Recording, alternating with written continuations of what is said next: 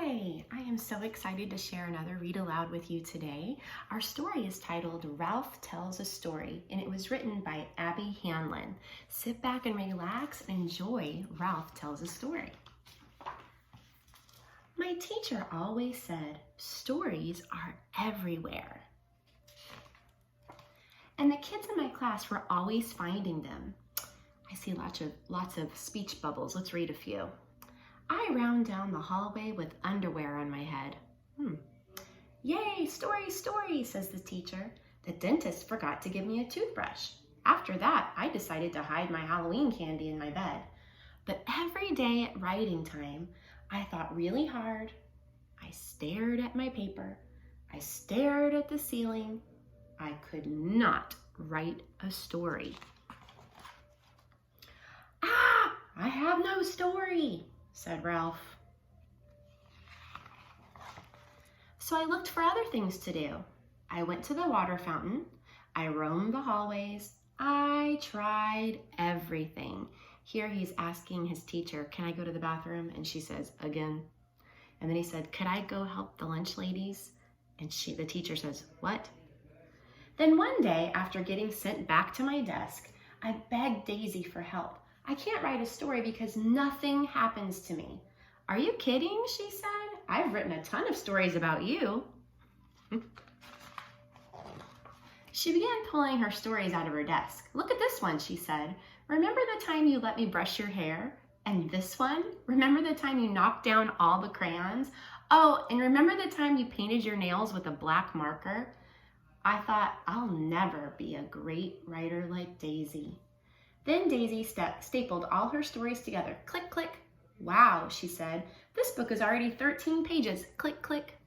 Can I use a stapler? I asked. I was really good at stapling. But you have nothing to staple, said Daisy. You have to find a story first. Just look around. Great advice. So I looked for stories out the window, in the aquarium, in my desk, and when my teacher wasn't looking, I looked for stories on the floor. But still, no stories. Lying under my desk reminded me of lying in the grass at the park. I closed my eyes and imagined I was at the park. Just like that time, a little inchworm crawled on my knee. The sun was shining right into my eyes. Squinting, I picked up the wiggly inchworm and I looked at it up close.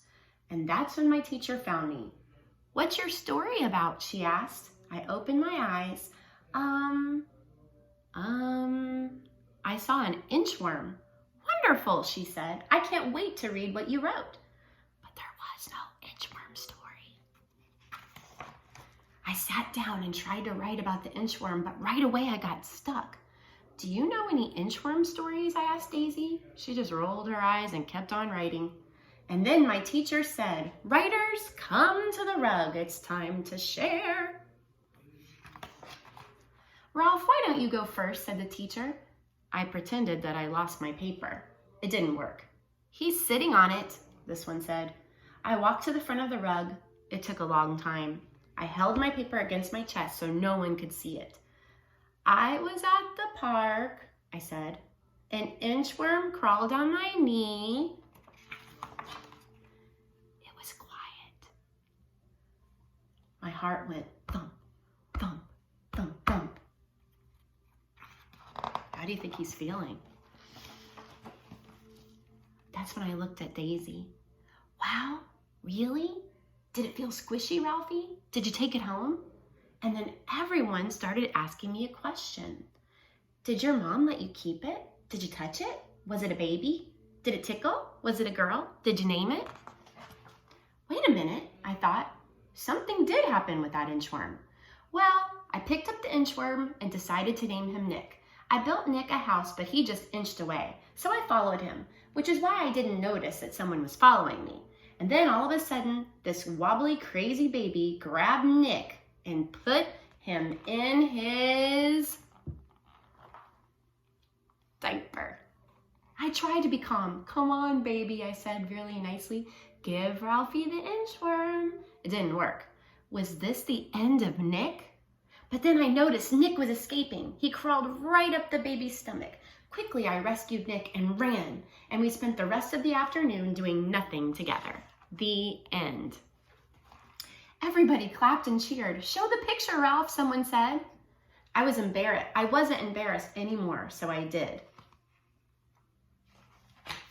That was last year. This year, I write stories all the time. I keep finding stories everywhere. This book might be too thick to staple. Okay, so he's giving us some writing tips from Ralph. Number 1, get comfortable. Number 2, it's okay to ask for help. 3, you can always write about what you had for breakfast. 4, eat lots of chocolate. And then at the back, there's an illustration of all of his stories that he's written. What story will you write today? I hope you enjoyed Ralph Tells a Story by Abby Hanlon. See you next time.